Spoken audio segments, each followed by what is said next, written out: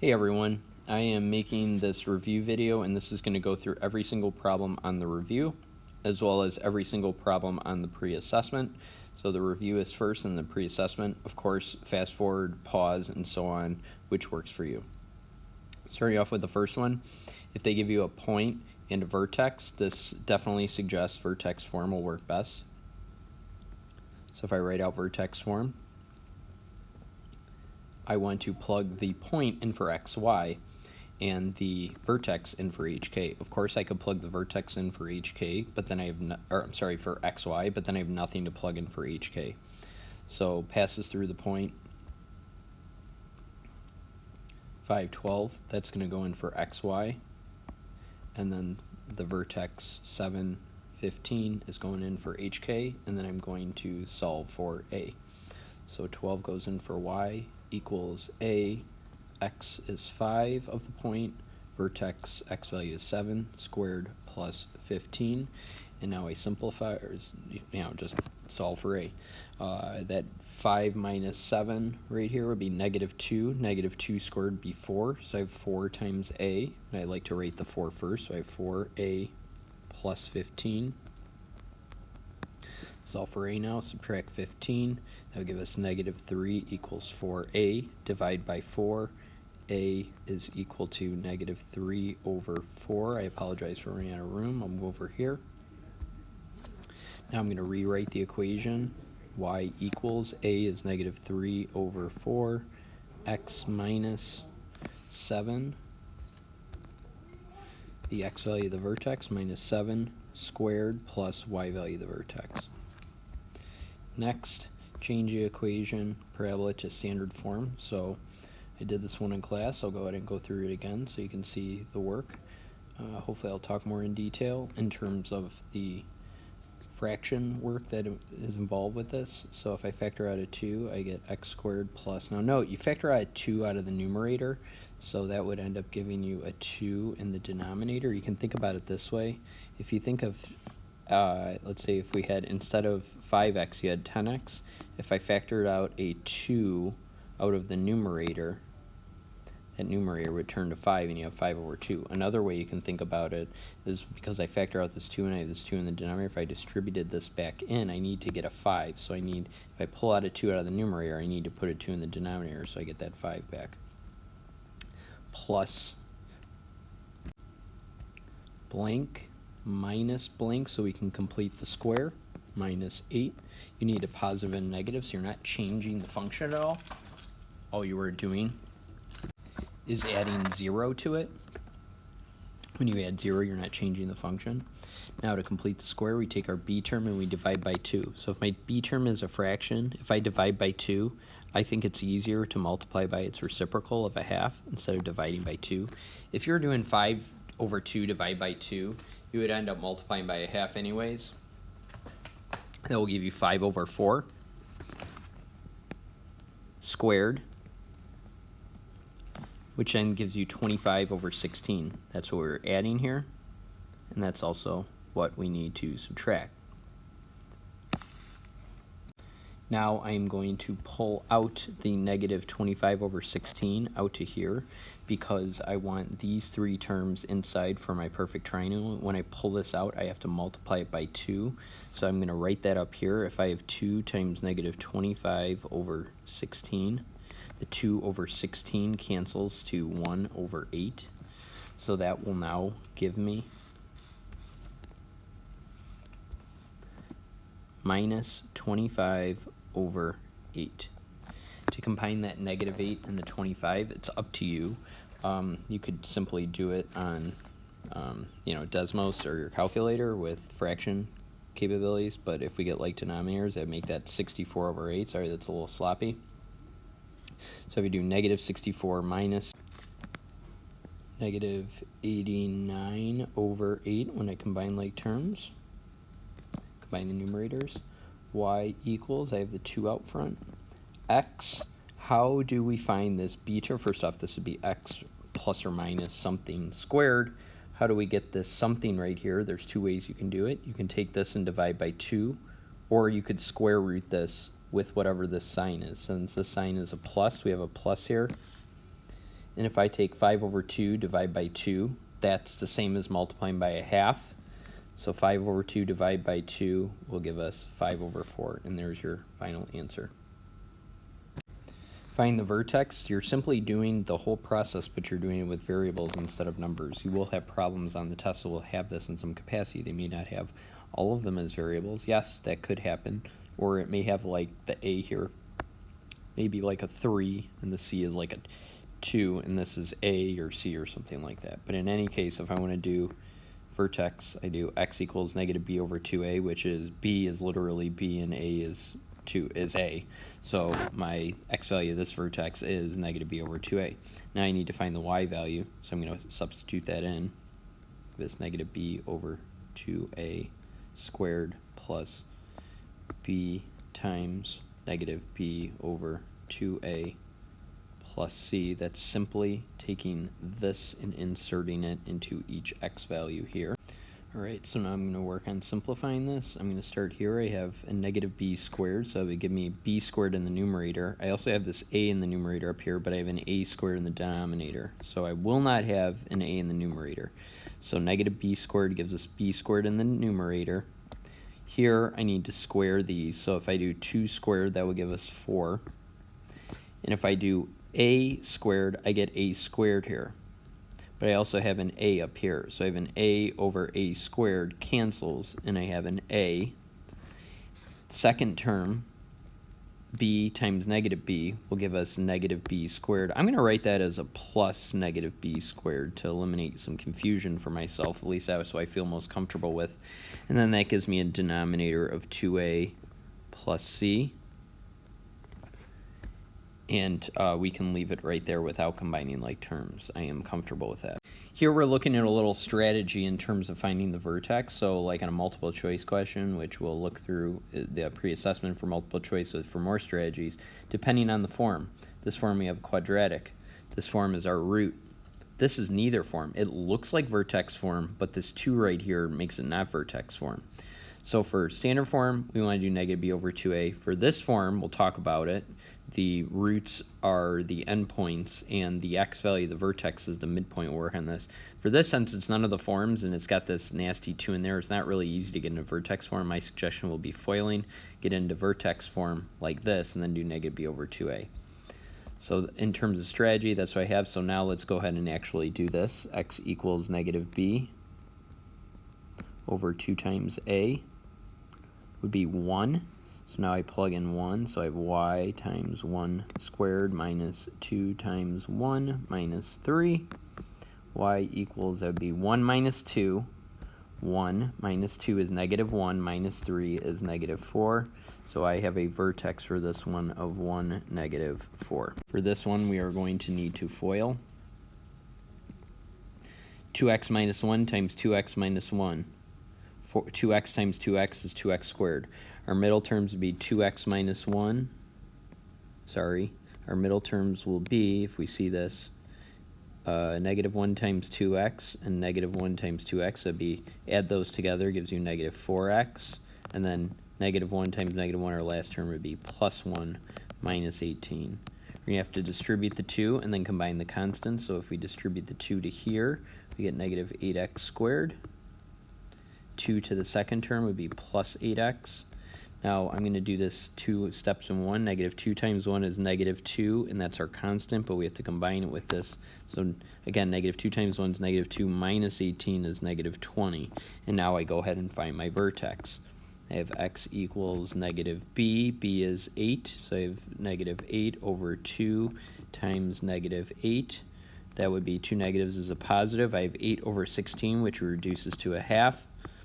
And so now I have y equals, now I could plug this into my standard form right here, but if you look here, if I got a half here, I could take that half, plug it in there, and I get some simplifying nice and neat. So that's what I'm going to try. Negative 2 times 2 times a half minus 1 squared minus 18. When in doubt, you can always just go back into standard form. So if I simplify this, it would be 1. 1 minus 0 is 0. 0 squared is 0. 0 times negative 2 is 0. And then I get negative 18 for my y value. So this vertex is 1/2 negative 18. Next one, just to note, in general, if I have a quadratic, here's my roots. The x value of the vertex would be right here. That is going to be the midpoint of this segment. So to find the x value of the vertex, I do r1 plus r2. My first r1 is -6, the opposite of this, plus my r2, which is the opposite of this, which is 4, divide by 2. X equals, that'd be -2 over 2 is -1. Now I plug in -1, -1 plus 6, -1 minus 4. This form's kind of nice in terms of simplifying. That would be -1 plus 6 is 5 times -4 minus 1 is -5, which gives us 5 times -5 is -25. So I have a vertex of the, x value, -1, comma, -25. So number 5 here, on yours, mine looks a little different. This says find the min-max value. So if we're in vertex form, this is really nice because the min-max value is the y value of the vertex. Well, I have hk here. Well, k right here is -7, so our answer for this one is -7. For this is a line, it doesn't even matter. Min-max would just be negative infinity and positive infinity. Here we're not in any form, so I would definitely suggest just foiling this out or distributing it out. It should be an equal. Distributing it out, this would be a plus, equals 5x squared, and then get into vertex form. And then we will find the y value of the vertex. So I have y equals, to move this term over, I'm going to subtract it. So I subtract it from here, x squared from both of those. That gives us 4x squared. This is, again, on the left-hand side. Here's my equal sign. This is on the left-hand side. Subtract that over. There's no other x terms. That'd be a -2x. And note, I'm going to do some crossing out. I moved that over. I moved that over. I combine that with the x squared, and then I have a +1. So I'm just gonna come up here and do it. X equals -b, and b is -2, divided by 2 times a, which is 4. And that would be a 2 over 8, which reduces to 1/4. I'm now going to plug that in. Y equals 4, 1/4 for x, 1/4 squared, minus 2 times 1/4 plus 1. And now use your calculator, do the calculations by hand. You have y equals, we have a 1/4 squared is 1/16 because the 4 gets squared. 4 over 16 reduces to 1/4, minus 2 over 4 is 1/2 plus 1. So if we combine these two, a fourth minus a half, that again, you get like denominators, use your calculator.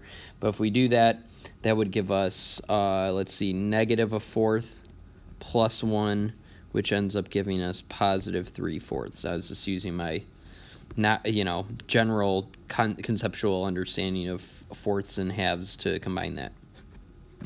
And that will give us the x value was 1/4, the y value was 3/4. So for number 6, we have graph the function. They want the vertex, the axis symmetry, the x and y intercepts, and then the min and max value. We have 2 options here. We could either go vertex form, or we could go using -b over 2a with our standard form here. I'm going to go the vertex form route. If I didn't go the vertex form route, if I went the standard form route and then I wanted to get x-intercepts, I'm taking a risk there, because if I take that risk and it's not factorable, then I'm going to have to use quadratic formula. I would prefer, if I go vertex form, I can find all this other stuff relatively easy. The first one, that even though it's out of order, the y-intercept, I already have that. That's -6. I know that because I'm in standard form. So that's the benefit of standard form. But given the fact that I'm trying to find all this other stuff, I know if I'm in vertex form, I can 100% find my x-intercepts, no problem, which we'll see that will be clear as we go through this problem. So first off, to get into vertex form, we're going to do the same process that we've done before. I'm going to factor out the third. And since I'm now factoring out a 3 out of the denominator, I have to multiply the numerator by a third, so that would give me 12x plus blank minus 6. And now I'm going to take my b value, divide by 2, and square it. If I divide by 2, I get negative 6 squared is positive 36. So I get a 36 and a 36 here. And look at how these numbers are actually working out relatively nicely. They're not too bad, even though I had that initial fraction as my a value. So now if I pull out the negative 36, we do need to multiply by that 1/3, which ends up giving you negative 12. So I'm going to write a minus 12 here. So now I have g of x equals, remember I pulled out a negative 12, so that's gone. I have 1/3.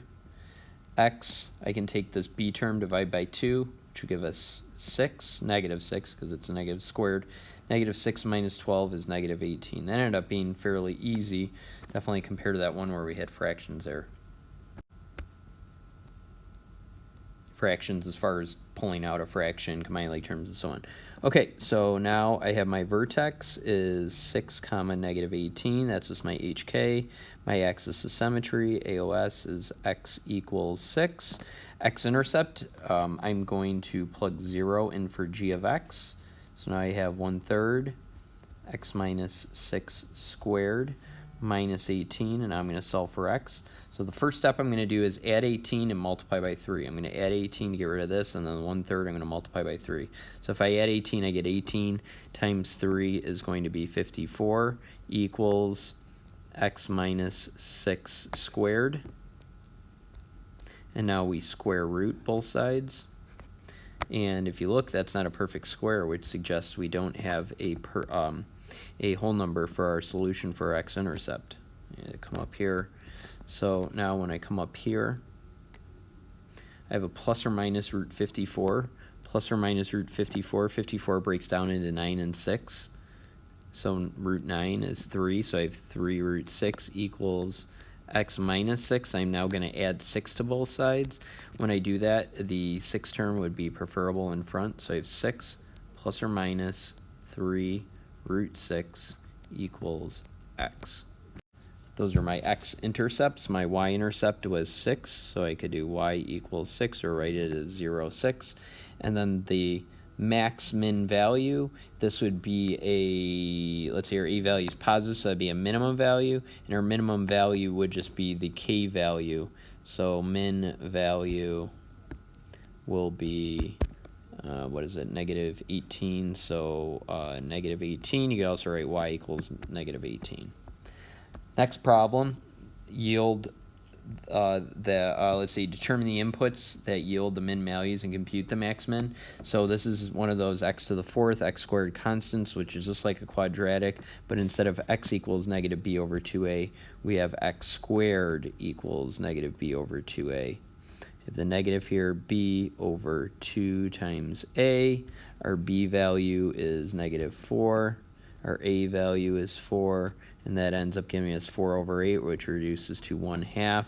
So now I have x squared equals 1/2 square root.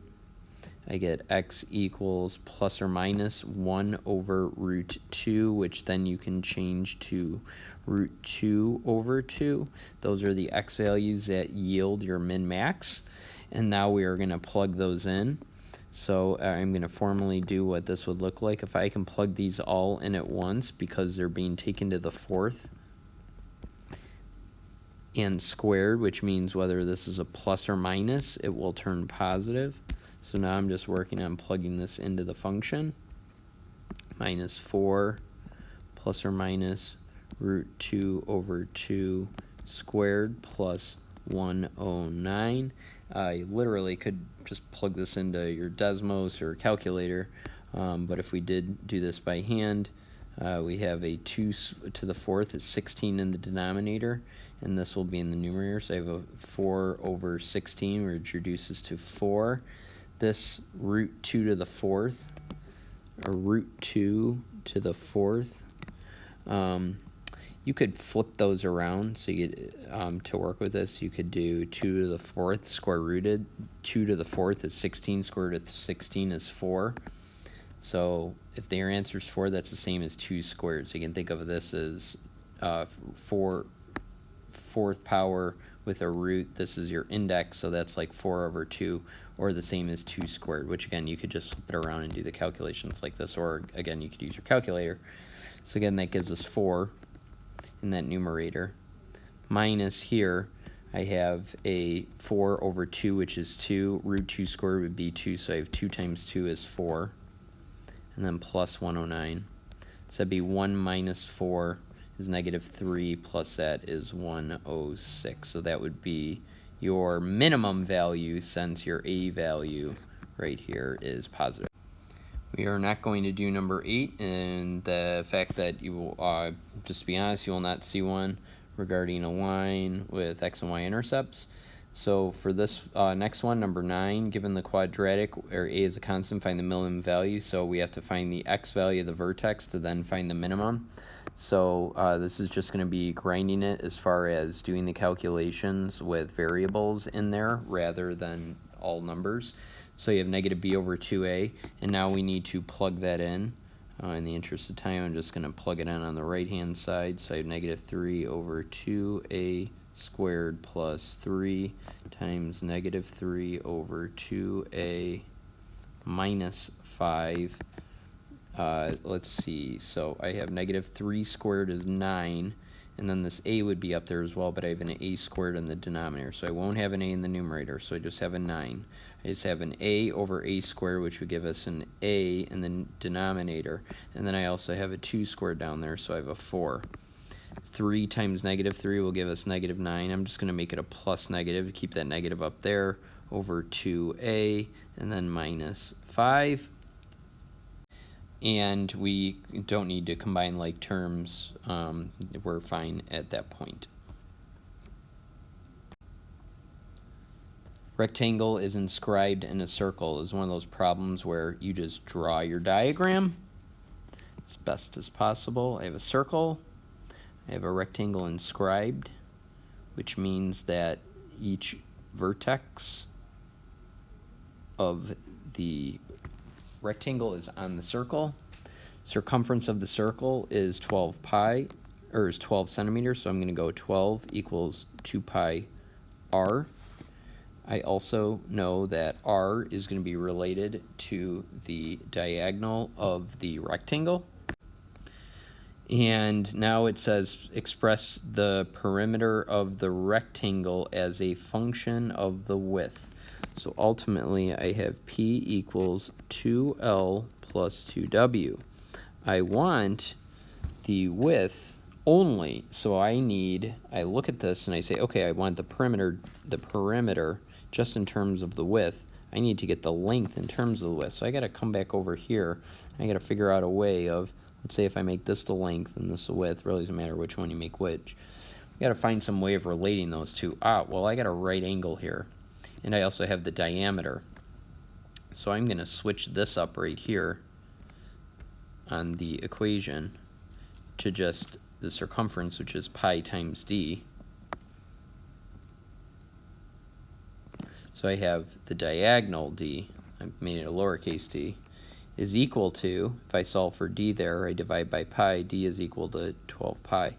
So now I have Pythagorean theorem, where I have length squared plus width squared equals the diameter squared, which is 12 over pi squared.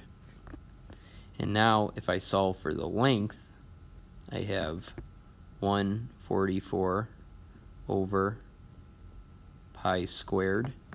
And if I subtract over the w squared and solve for L, I need to square root.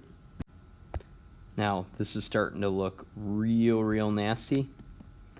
If I do P of W, the perimeter of W, I will talk about that in a second. I plug in the length, which is the square root of 144 over pi minus W squared plus 2W. My only suggestion in terms of what you would need to do here is be able to recognize that you could factor out a W or a 2. So if you look at, we have two terms here. this term and this term, they both have a 2 in them. If you factor out a 2, that would end up giving you this root over pi minus w squared and then plus w. You don't need to, if you see on the review you have all this simplifying denominator and so on, you would not have to do that on the test. For the wire problem, it's cut into 4 pieces. If I mentioned in class, it will only be 2 pieces. And you will be dealing with a circle and a rectangle. So I will do the initial setup, but I'm not going to go much further in terms of dealing with the area calculations and so on, other than the circle part. And then the rectangle part, as far as what you'll see on the test, we'll take care of that when we get to the pre-assessment. So if I break this up into 4, 1, 2, 3, 4, again, this is just to diagram it out for ourselves so we know what we're working with here. The whole length is 40. I didn't write it, but the whole length is 40. So this right here would be 40 minus those 3 pieces, which is 40 minus x. The first is into the shape of an equilateral triangle. That would be a side of 40 minus 3x over 3. I'm not going to go through the area calculations of that, as you will not be tested on the area of an equilateral triangle. On the second, third, and fourth, you have 2 circles. We'll work on that, the 2 circles. This circle, we'd have the circumference would be x, same with this one. So if we have x equals 2 pi r, now if I want to get the area, note the area equation for this whole, the model that I would make would be area of the equilateral triangle plus 2 times the area of the circle, since I have 2 circles, plus the area, what's the third one? The third one is a square, so I have area of the square. And we're just going to work on the area of the circle. So the area of a circle we know to be pi r squared. So I look right here, I want this in terms of x. So I go r, I divide by 2 pi, and x, or r is then x over 2 pi. So then right here for my area of a circle, that would be pi times x over 2 pi squared equals x squared. I didn't write the pi because I see right here I have a pi in the denominator, or this pi squared, so I have pi over pi squared, which one of the pi's cancel, which gives us a pi there, and that 2 squared would give us 4 in the denominator. So that would be the area of the circle. And we'll carry on as far as that, the rest of the work that's necessary for the test. The area of a rectangle, I'll get to that when I get to the pre-assessment later. Given 2 numbers whose sum is 2/3, so I'm just going to write that down. X plus y equals 2/3. What is the smallest possible value of the sum of their squares? So the sum of their squares would be x squared plus y squared, and I want to minimize that. So let's see, I'm just going to call that s for sum of their squares, I guess. And I want that just in terms of x. So I have x squared here plus, I don't want y as y, I want it in terms of x. So I'm going to come back over here and go, okay, I can get y in terms of x by solving for y, which would be that, which would give us 2/3 minus x. And now I can FOIL that out. So I have an x squared here, plus 2/3 times 2/3 would be 4/9. Middle terms would be 2/3 plus 2/3 would be 4/3. So I have a plus 4/3 here, x, negative, excuse me, because you have that negative there. I get 4/3 x, and then x plus x is x squared.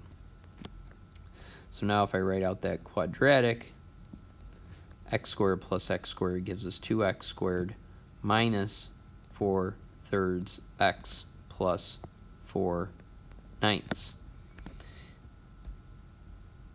And so now I want to get the minimum of the sum of their squares. So I need to do the x value that will give us that would be x equals negative b. Opposite of 4/3 would just be positive 4/3. In the interest of space, I'm going to write in the diagonal. 2a, 2 times 2. If we look there, that would be 4 in the denominator. So dividing by 4 is the same as multiplying by the reciprocal. The 4's cancel out, and that will give us x equals 1/3. I'm going to take 1/3 and plug it into the function. So you have 2 there.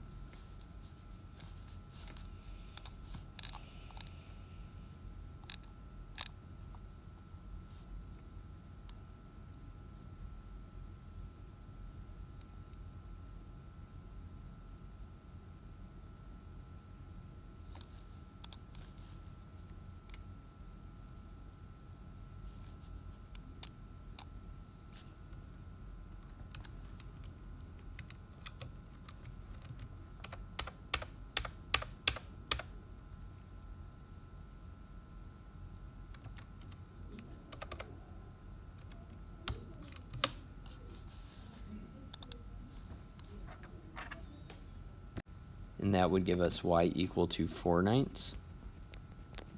And so I want to sum their squares, so I take x and square it, plus 4/9 and square it. And that will give you 20/81. Perimeter rectangle is 40. Write the possible lengths as a compound inequality of the diagonal. So if we think of a rectangle like this, if we extend it out to find the largest diagonal, if you think here, as that gets smaller and smaller, or if that widens out more and more, it ends up being just this length as large as it could be, which would end up being 20. This is kind of taking all of the width and putting it into the length, and that is half of the perimeter. So diagonal D, the largest D can be, is half of the perimeter. It cannot be any larger. Now if we think about the smallest diagonal, that would be of a square. So if my perimeter is 40, my square, 40 divided by 4, gives us a side of 10. So if I have two sides of 10, you can either do Pythagorean theorem or use your 45/90 rules and know that that is 10√2, and that would be the smallest.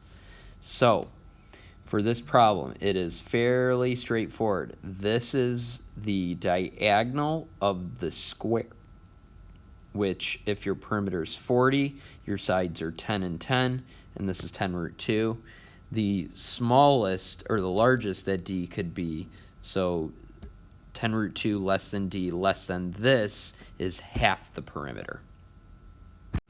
So if we have 2,000 feet of fencing and we want to find the total width and length, so if I want to find the total width and length, it would be reasonable for me to make my variables the width and length of this object. I'm going to make them x and y.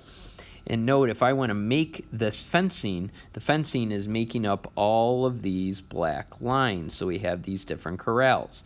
So the perimeter is not just this, the perimeter also involves these as well. So it's really quote-unquote perimeter. It's the all of the fencing combined all together is 2,000. So 2,000 feet is equal to how many x's and how many y's? Well, the x's, I have 1, 2, 3, 4, 5 x's. So 5 x's is going to make up part of the 2,000. Plus the y's, this is a y and this is a y, that would be 2y. So there's my perimeter equation. Now the area of this figure is what we're trying to maximize. We're trying to maximize the area. So if we look at this, this is the area in here, and we can kind of disregard this as being, it's just kind of part of the area. Like, I mean, you could subtract it off, but it's negligible. So our area, we are simply going to say is xy. We're not really thinking of this as having any area to it. It's just segments, right? So that being said, a general a very, very accurate area for this would just be x times y. Well, we want that area just based on x so we can deal with that function. So we want a of x equals x times whatever y is in terms of. So I am going to do my work up here in terms of solving for y. Y equals, I have that 2,000. I'm going to subtract over the 5x, and then I'm going to divide by 2. Note, I'll work that out here. If I want to solve for y first, I'm going to subtract over the 5x and then divide by 2. That's what I have right here. And now I can reduce this. I also want to reduce it because I get this nice, neat 1,000 here. I am going to have a fraction here. But I do know that when I distribute this in, I do want a standard form of a quadratic because we are having to do the x equals negative b over 2a to find our dimensions. So I having the foresight to break it up rather than not break it up, because I know it's going to benefit me in the long run. I'm also going to move that negative 5 over 2 out in front as a coefficient. And now I distribute, I get 1,000 x minus 5 over 2x squared.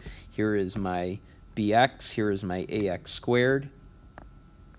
So now I'm going to do x equals negative b, and my b is 1,000. Divided by 2 times a, which is negative 5 over 2. The two negatives cancel, give us a positive value for x, which makes sense because we want a positive x value length to maximize area. If we had a negative x value, that doesn't make any sense. There's no negative length. Negative lengths are just relative in terms of like what direction we're going. So I wanted a positive x value. Also, what's nice and neat is these 2's will cancel, and we get a nice neat 1,000 over 5, which gives us 200 for the x length. And now I want to find the y length. Again, the question asks, what is the dimensions? So now I'm going to plug it back into my nice neat fraction of 2,000 minus 5 times 200. And then divide by 2. Apologize for running out of room. This would be 5 times 200 is 1,000. 2,000 minus 1,000 would be 1,000. Divide by 2 would be 500. So the dimensions would be 200 over 500. And just for clarity, I'm going to rewrite that up here. I don't want x equals on that either. My apologies for that. So your dimensions that you want, well, the 200, x equals 200 was correct, but now I just want to write it nice and neat what my dimensions are in this form, 200 feet by 500 feet, and you could put a feet for units as well there.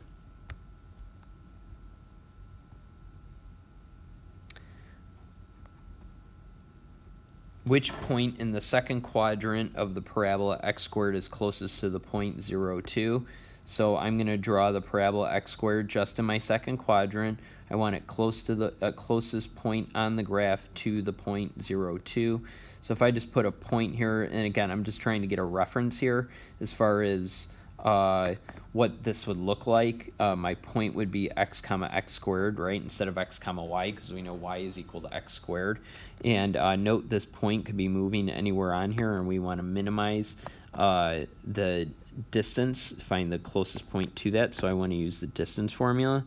So I want to go d of x equals the square root of x2, which is, or x minus x1, which is x minus 0 squared, right? X values, x minus 0, and then I want to do the same with the y values, plus the y values subtracted, which would be x squared minus 2, and then squared.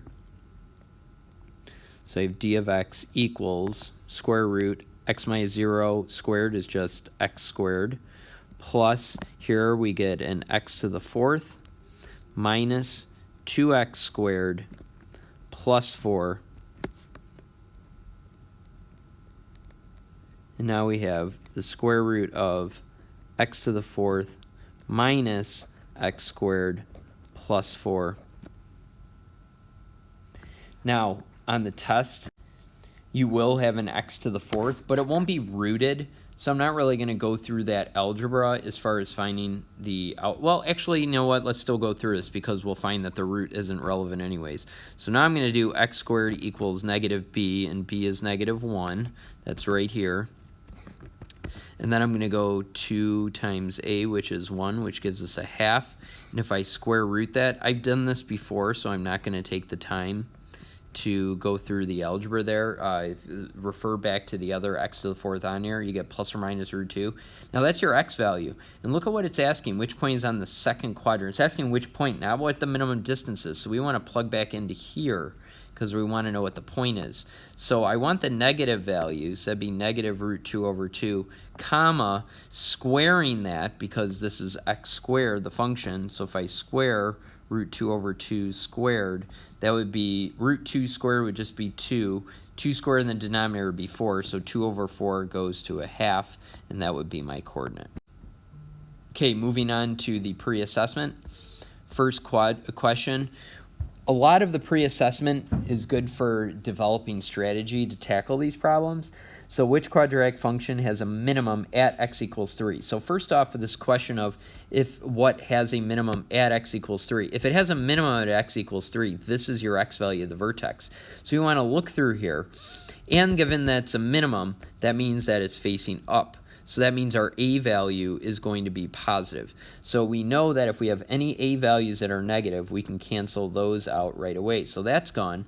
Furthermore, if we have vertex form and our x value is not 3, we can get rid of those as well. Well, if you look here, our x value is negative 1 for our x value of the vertex, so that's gone. And down here, our x value is negative 3, so that's gone as well. Awesome. We didn't even have to do any algebra. If we did, we'd do negative b over 2a here, and we'd end up getting that, and then we take that 3 and plug it back in. Y-intercept is fairly straightforward. When we're in this form, we just plug 0 in. The answer is 10, so your answer is A. 3, find the min value. We've done many of these, but I'll go ahead and go through this one as well. The opposite of b would be 6 divided by 2 times a, which is 1, which gives us an x value of 3. Now we want to plug that in for here. So if I square root this, I get 3 squared minus 6 times 3 plus 13. 9 minus 8 plus 13. So what do we get? Square root of 4, which ends up giving us 2. So your answer would be C. Moving on to 4, write the equation quadratic with an axis symmetry of x equals 6 contains the point negative 4, 1. So let's do this process of elimination. We don't know if it's facing up or down, so we can't eliminate based on the a value. We can eliminate. We do know that this right here is the x value of your vertex. So you want to look for the x value of the vertex being negative 6. Do we have any candidates? Yes, we have this candidate, and we have this candidate right here. And this one down here, I'm just looking for my vertex form because that's really straightforward to know what the x value of the vertex. That's a positive 6, so that one's gone. Now I look at these other ones. If I did negative b over 2a here, I'd have 4 over 2 times 6. That's obviously not going to give us a plus or minus 6. And I'm just eyeballing on that. I could do the actual calculations, and that wouldn't get it for us. Here I would do the same thing. Negative 2 divided by 2a is going to give us like 1. So that doesn't equal a negative 6, so that's gone. So it's between these two. So now I look at these and I go, okay, well, if I graph them generally, I could, like this one has a vertex of negative 6, 1. So if I graph that and then went down, graph down, would it hit the point negative 4, 1? Furthermore, I could do the same thing and graph this and see would it hit the point negative 4, 1. Now, if I do that, it would be a very general graph, and maybe both of them look like they could hit it. So I think the easier thing would just be plugging in the values. So if I have my first one, I'm just going to do it with the first one to test it. I'm just going to take negative, again, just to make sure it's negative 4, 1. Yeah, so I'm going to take 1 and plug it in for y, and negative 4 and plug it in for x. And if this is the right one, it will satisfy this equation. If it's not, it's the other one, and it would satisfy it. So what do I mean by satisfying? I mean both sides are equal. So I have 2 squared, which is 4, plus 1, that'd be 16, plus 1, negative 16 plus 1 is negative 15. That doesn't work, so our answer would be C. Coming to number 5, perimeter of a rectangle is at what is the length of the shortest possible side. As we talked about, the shortest possible side for a rectangle is that with a when the rectangle is a square. So if my whole perimeter is 16 root 2, I divide that by 4, and my side is 4 root 2. So I have two sides of 4 root 2. So you could either do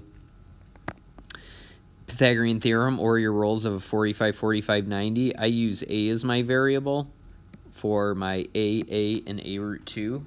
If x root 2, it really doesn't matter. But in any case, this a value right here is 4 root 2. So I know the diagonal is going to be 4 root 2 times root 2. Well, root 2 times root 2 is 2 times 4 is 8. So 8 is my answer.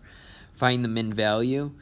Since it's an x to the fourth, we're going to go x squared. It would be the opposite of b, which is negative 6 over 2 times a, which is 1, which gives us 3. So if we square root that, that would be plus or minus root 3.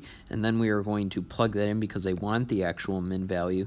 Now, I don't have to plug in the plus or minus, as I've described before, because we're taking it to the fourth power and to the second power. You could, if you wanted to, write it as a plus or minus, but you don't have to. This right here would give us this 4, and the root reduces to an exponent of 2.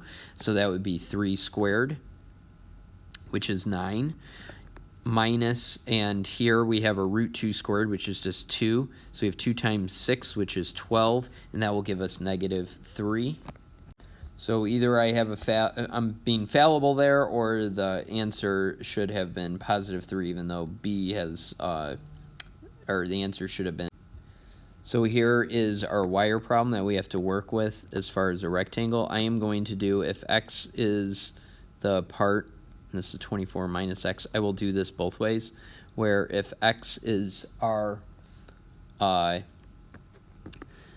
turns into our perimeter of our rectangle, then we have x equals 2L plus 2W.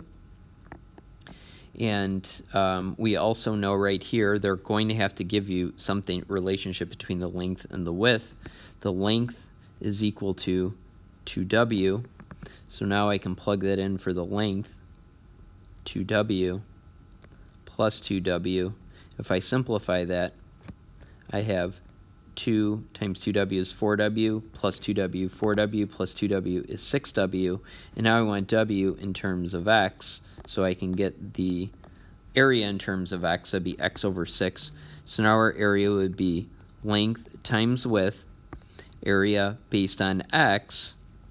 Note our length is right here. Our length is equal to 2 times the width. The width in terms of x is x over 6, which gives us a length of x over 3. So right here for my length, I have x over 3 for the length, and I have x over 6 for the width, and then I just simplify that, and that would give us x squared over 18. Now let's look at this if our perimeter was 24 minus x. So now if we take the 24 minus x, and that is going to be our perimeter, now we have 24 minus x is equal to 2L plus 2W.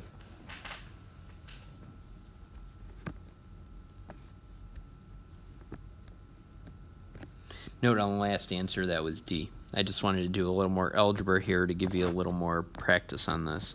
So now we know know that L is equal to 2W. L is equal to 2W. So now we have 24 minus x is equal to 2 times 2W plus 2W, just like we had before. And so we now have 24 minus x equals 6W. And now W will be equal to, instead of x over 6, is equal to 24 minus x over 6. And if we multiply that by 2 for the length, we have the length is equal to 24 minus x over 3. So now we work on the area based on x. We have the length equal to 24 minus x over 3 times 24 minus x over 6. Now, if we distribute that out, 24 times 24 is 576. Two middle terms would be negative 24x, and negative 24x would give you 48x plus x squared. In the denominator, we have 3 times 8, or 3 times 6, which is 18, and that would be divided by each term. And if I try reducing each of those terms, 576 divided by 18, It gives us a nice neat 32. That would reduce down to, what, 24 over 9? X plus x squared over 18. And you're good right there as far as, sorry, the bell went off. You would be good there as far as getting all the terms separated and reduced.